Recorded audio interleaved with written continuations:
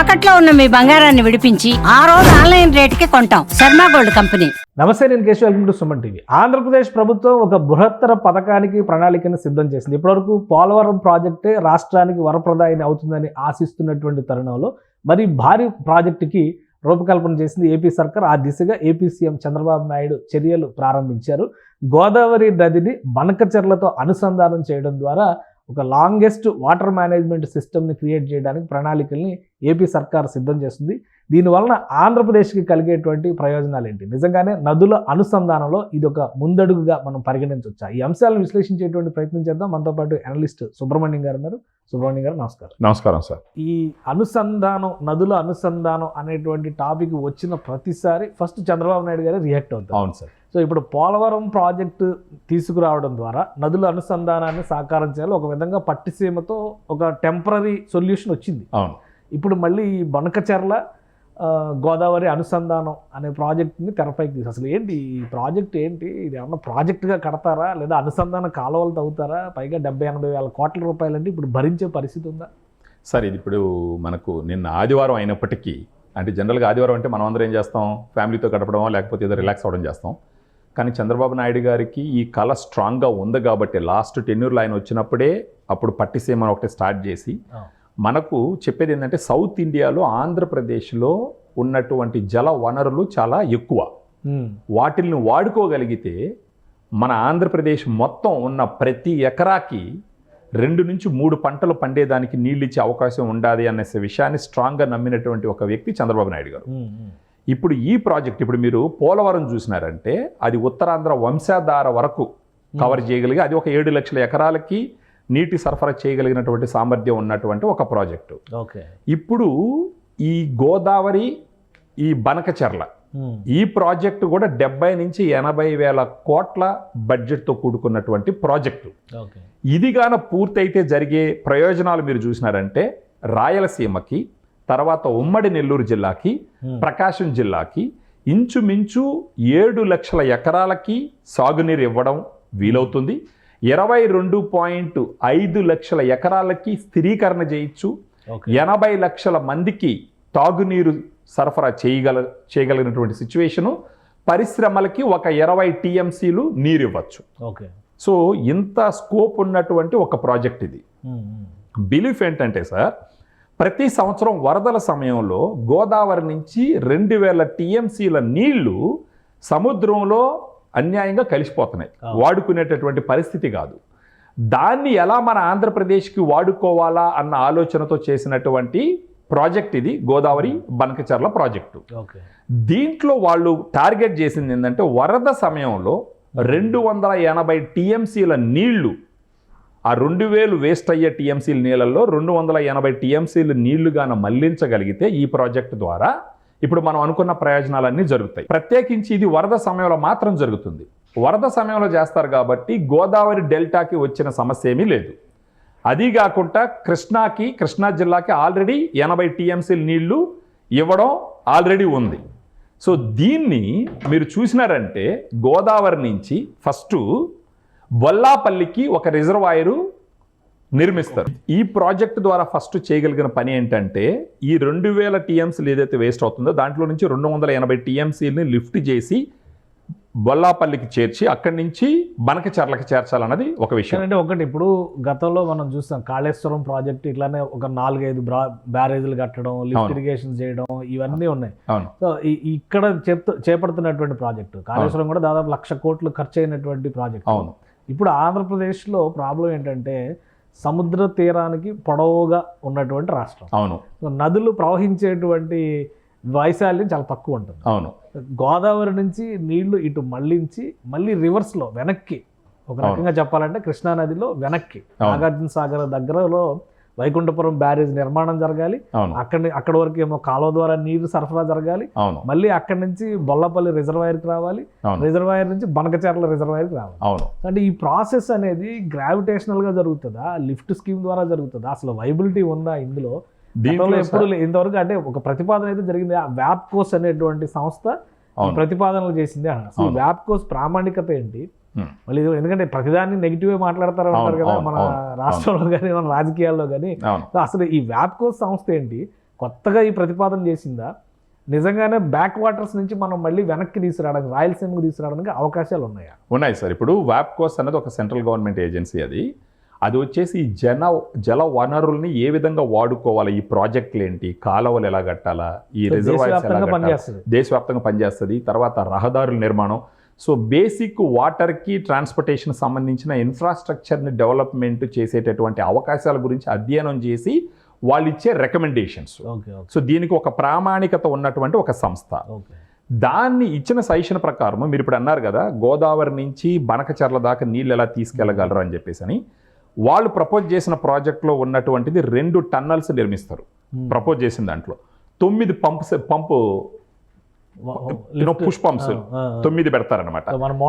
Motor లాంటివి 9 చోట్ల పెడతారు. ఇది కొన్ని దగ్గర అవసరమైన దగ్గర గ్రావిటీకి సంబంధించి కాలవలు తవ్వాల్సిన అవసరం ఉంటే తవ్వడానికి కూడా రెడీ అయినారు.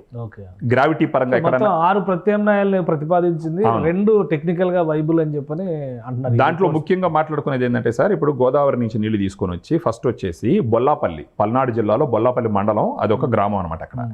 అక్కడ వచ్చేసి ఒక రిజర్వాయర్ని తయారు చేసింది, ఆల్రెడీ ఉంది అక్కడ. దాన్ని కొంచెం పెద్దదిగా తయారు చేసి 150 టీఎంసీల నీళ్లు అక్కడ నిల్వ చేయొచ్చు. అక్కడి నుంచి బనకచెర్లకి అది ఒక రిజర్వాయర్, కర్నూలు జిల్లాలో ఉంది. సో బనకచెర్లకి అక్కడి నుంచి తిరిగి వాటర్ పంపించవచ్చు. ఇప్పుడు ఈ ప్రాజెక్టు చేపట్టడం ద్వారా ఆల్మోస్ట్ 345 టీఎంసీల వాటర్ని ఆంధ్రప్రదేశ్కి వాడుకునే దానికి అవకాశం ఉంటుంది. ప్రత్యేకించి రాయలసీమ, ఉమ్మడి నెల్లూరు జిల్లా, ప్రకాశం జిల్లాకి. ఇప్పుడు రాయలసీమ అంతా కరువు ప్రాంతం, అక్కడికి కృష్ణా వాటర్ తీసుకెళ్లే అవకాశం ఉంటుంది అనమాట. సో ఇది వచ్చేసి 70 నుంచి 80 వేల కోట్ల ప్రాజెక్టు కాబట్టి, మీరు అన్నట్టు ప్రస్తుత రాష్ట్ర ఆర్థిక పరిస్థితి అంత గొప్పగా లేదు కాబట్టి, ఇలాంటి ప్రాజెక్టు పూర్తి అవ్వాలంటే ఖచ్చితంగా కేంద్ర ప్రభుత్వ సహకారం ఎంతైనా అవసరం ఉంది. ఈ విషయం గురించి మొన్న చంద్రబాబు నాయుడు గారు వెళ్ళినప్పుడు ఆల్రెడీ నిర్మలా సీతారామన్ గారి దగ్గర దీన్ని ప్రస్తావించి, ఢిల్లీ టూర్ వెనక ఇది ఒక ప్రాజెక్ట్ అనమాట, దాని గురించి ప్రస్తావించి, దానివల్ల ఆంధ్రప్రదేశ్కి జరిగే ప్రయోజనాలు, దేశానికి జరిగే ప్రయోజనాలు రెండిటి గురించి ఆయన ఎక్స్ప్లెయిన్ చేయడం వల్ల సూత్రప్రాయంగా వాళ్ళు దీనికి సపోర్ట్ చేసేదానికి ఒప్పుకున్నారన్నటువంటి ఒక సమాచారం ఉంది. సో ఇప్పుడు చంద్రబాబు నాయుడు గారు నిన్న జల వనరుల శాఖ అధికారులతో, ఆర్థిక శాఖ అధికారులతో మాట్లాడి, రాబోయే 3 నెలల్లోనే టెండర్లు పూర్తి చేయాలా అని ఒక టార్గెట్ పెట్టుకున్నటువంటి ఒక అవకాశం. ఒకవేళ ఓన్లీ డిస్కషన్ చేసి వదిలేసి ఉంటే ఇది ఎప్పుడు స్టార్ట్ అవుతుంది, ఎప్పుడు మొదలవుతుంది అనే డౌట్లు ఉండేది.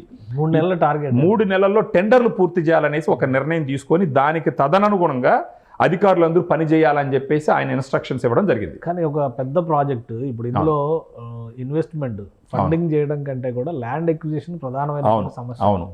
ఎందుకంటే అక్కడ నుంచి 50,000 ఎకరాలు గోదావరి దగ్గర నుంచి ఇక్కడ కృష్ణా నది అంటే దాదాపు నాగార్జున సాగర్ వరకు రావాలి, కాలువలు తవ్వాలి, ల్యాండ్ ఎక్విజిషన్ చేయాలి. ఇది చాలా బృహత్తరమైనటువంటి ప్రణాళిక అవుతుంది. 3 నెలల్లో టెండర్స్ క్లోజ్ చేయడం అనేది పాసిబుల్ అయ్యేటువంటి అంశం. సార్ ఇప్పుడు మనకు మామూలుగా ఒక కన్వెన్షనల్ థింకింగ్ చేయాలంటే ఆంధ్రప్రదేశ్ ఎప్పటికీ బాగుపడదు సార్. జనరల్గా కన్వెన్షనల్ థింకింగ్ ఏంటంటే ఆశావహుల ఆలోచన కాకుండా లేదా చేద్దామా వద్దా అనేది అనుకుంటే, ఇప్పుడు ఆంధ్రప్రదేశ్లో అమరావతిని ప్రపంచంలోనే టాప్ 5 మెట్రోస్లో ఒక మెట్రోగా పెట్టాలి, రాజధానిలో ఒక రాజధానిగా పెట్టాలని ఆలోచన చేసినటువంటి ఆలోచన విధానం ఉన్నటువంటి చంద్రబాబు నాయుడు గారి వల్ల ఇది ఖచ్చితంగా సాధ్యం అవుతుందని మనం నమ్మచ్చు. ఇప్పుడు 3 నెలల్లో టెండర్స్ పిలిచి ఆ తర్వాత పని మొదలు పెట్టాలని చెప్పేసి అని. ఇప్పుడు మీరు అన్నట్టు దీనికి ఇంచుమించు 55,000 ఎకరాల దాకా ల్యాండ్ సేకరించాల్సిన అవసరం ఉంది. దాంట్లో కొంత అటవీ నేల కూడా ఉందన్నమాట. దానికి ఇంకో 4,000 మెగావాట్ల విద్యుత్ కూడా అవసరం. దీనికి ఆ క్యాల్కులేషన్స్ కూడా చేసి అక్కడక్కడ లిఫ్ట్లు, మోటార్లు పెట్టడానికి 4,000 మెగావాట్ల విద్యుత్ కూడా అవసరం. సో ఈ అంచనాలన్నీ పూర్తయినాయి. అందుకనే నిన్న ఆయన ఢిల్లీ నుంచి రిటర్న్ అయిన వెంటనే ఆదివారం అయినా కూడా కూర్చొని ఈ 2 శాఖలకు సంబంధించిన అధికారులతో మాట్లాడి 3 నెలల్లో టెండర్ల ప్రక్రియ పూర్తి చేయాలని అన్నారంటే దీని మీద సీరియస్గా ఉన్నట్టే అర్థం.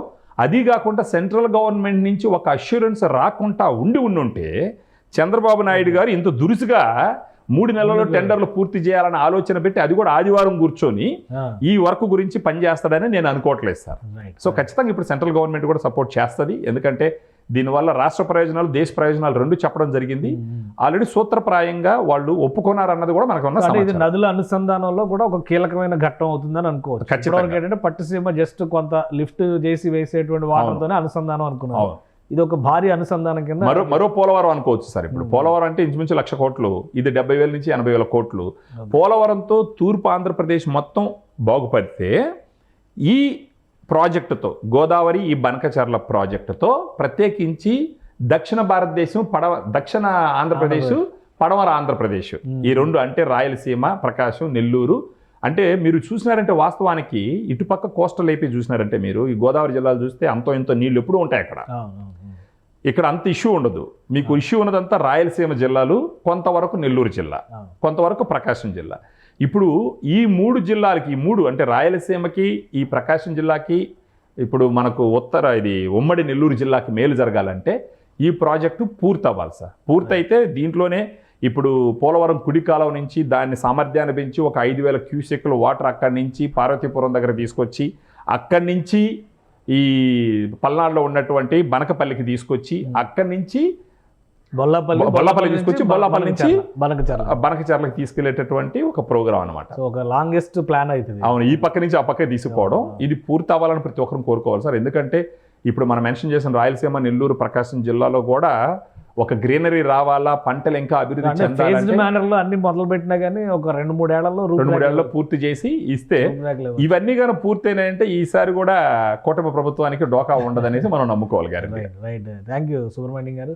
ఇది ఒక భారీ ప్రాజెక్టు, బృహత్తర ప్రాజెక్టుకి ప్రణాళికని ఆంధ్రప్రదేశ్ ప్రభుత్వం సన్నద్ధం చేసింది. వ్యాప్కోస్ అనేది మినీ రత్నగా పేర్కొనేటువంటి కేంద్ర ప్రభుత్వ సంస్థ. ఈ సంస్థ ఇచ్చినటువంటి నివేదిక ప్రకారం ఆంధ్రప్రదేశ్లో కరువు ప్రాంత సమస్యలు తీర్చడం, వాటర్ మేనేజ్మెంట్, రివర్ వాటర్ మేనేజ్మెంట్కి సంబంధించినటువంటి ప్రణాళికల్లో కీలకమైనది గోదావరి బనకచర్ల అనుసంధాన ప్రాజెక్టు. దీనిపైన ఒక అడుగు ముందుకు వేశారు. 3 నెలల్లో టెండర్లు క్లోజ్ చేయాలనేటువంటి ప్రయత్నం ఆంధ్రప్రదేశ్ ప్రభుత్వం చేస్తోంది. కాబట్టి దీనివల్ల ఏపీ మొత్తానికి కూడా, ఇప్పుడున్నటువంటి ఏపీ మొత్తానికి కూడా నీటి లభ్యత పెరుగుతుంది, పాడి పంటలు పెరిగే అవకాశం ఉంటుందని సుబ్రహ్మణ్యం గారు విశ్లేషిస్తున్నారు. ఇది స్పెషల్ డిస్కషన్.